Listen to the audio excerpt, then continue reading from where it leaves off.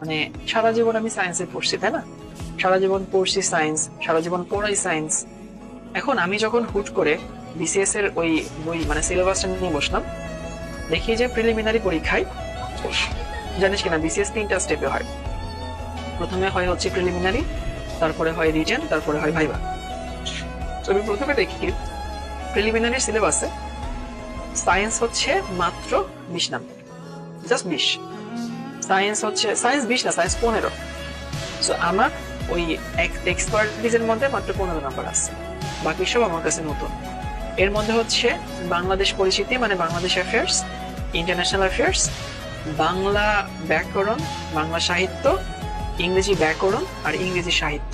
সাহিত্য মানে এটা কে লিখছে, ওটা কে লিখছে, এই কবি জন্ম কত সালে, ওটা কোন পিরিয়ডের কবি, রোমান্টিক না রেনেসান্স নাকি হচ্ছে এই টাইপের জিনিস, বুঝছিস? এখন আমি সিলেবাসটা নিয়ে বের করে দেখি যে আমার এখনই আসলে কোনো কিছু মানে কোনো কিছু শেষ না, মানে কি আমি কোনো কিছু শুরুই করি নাই। পরে আমি একটা কোচিং এ ভর্তি হই, বিসিএস কনফিডেন্সে ভর্তি হই, বুঝছিস? ওদের এখানে ভর্তি হয়ে আমি 2টা পরীক্ষা দিই। আমি দেখি যে না, পরীক্ষা দিয়ে আমার নাম্বার কিছু আগাচ্ছে না। এবং তখন আমারও হচ্ছে ওরকম ডিস্ট্রাকশন চলে আসলো। মানে আমারও তখন মনে হইতেছে যে আমি তো কিছুই পারি না, আর সারা জীবন তো ভাই ভালো পেরে অভ্যস্ত, ভালো স্কোর করে অভ্যস্ত। তখন আমি একটা ওই কনফিডেন্সের যে ওনার নাম হচ্ছে জিয়া স্যার, ওনার সঙ্গে আমি দেখা করতে গেলাম। যে বললাম, স্যার আমি তো এরকম হচ্ছে কোনো কিছুই হচ্ছে না, তো আমি কি করব? তো উনি আমাকে জাস্ট এই কথাগুলোই বলছিলেন, এসব সেক্টরটা তো তোমার কাছে। এবং আমি আরো এটা চিন্তা করছিলাম, তোরা তো চিন্তা করিস তোদের বন্ধুরা আগায় গেছে, আমি চিন্তা করতেছি যে ভাই আমি এখানে পরীক্ষা দিচ্ছি, তো আমার 2 বছরের সিনিয়র, 3 বছরের সিনিয়র, 4 বছরের সিনিয়র, 5 বছরের সিনিয়রও এখানে আমার সাথে পরীক্ষা দিবে। এবং এমন পরীক্ষা দিবে যারা 5টা প্রিলিমিনারি দিয়ে বসে আছে, যারা অনেকগুলো প্রিলিমিনারি দিয়ে বসে এখন আবার নতুন করে দিবে, বুঝছিস?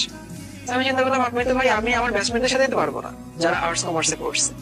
তো আর এখানে শুধু তো সায়েন্সের না, সায়েন্স আছে, আর্টস আছে, কমার্স, সবাই পরীক্ষা দিবে। মোটামুটি 6-7 বছরের বয়সের রেঞ্জের মানুষজন পরীক্ষা দেয়।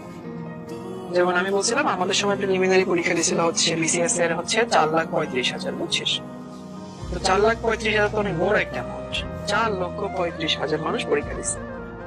তো সেইখানে হচ্ছে আমি আসলে কুল কিনারা খুঁজে পাচ্ছিলাম না। তোদের এখনকার যেরকম অবস্থা ঠিক সেরকম। তো জি স্যার আমাকে এরকম বললেন যে শাওন, তুমি পড়াশোনা শুরু করে দাও, শুরু করে দিলে তুমি দেখবা যে প্রথম 1 সপ্তাহ 2 সপ্তাহ তুমি কোনো পরিবর্তন টের পাচ্ছ না, কিন্তু সময় যত যাবে তুমি দেখবা যে হচ্ছে 1 মাস, 1.5 মাস, 2 মাস তুমি যখন লেগে থাকবা। আর উনি আমাকে এটা বলছিল যে কি হবে না হবে এটা ভাবারই দরকার, তুমি পড়ে যাও।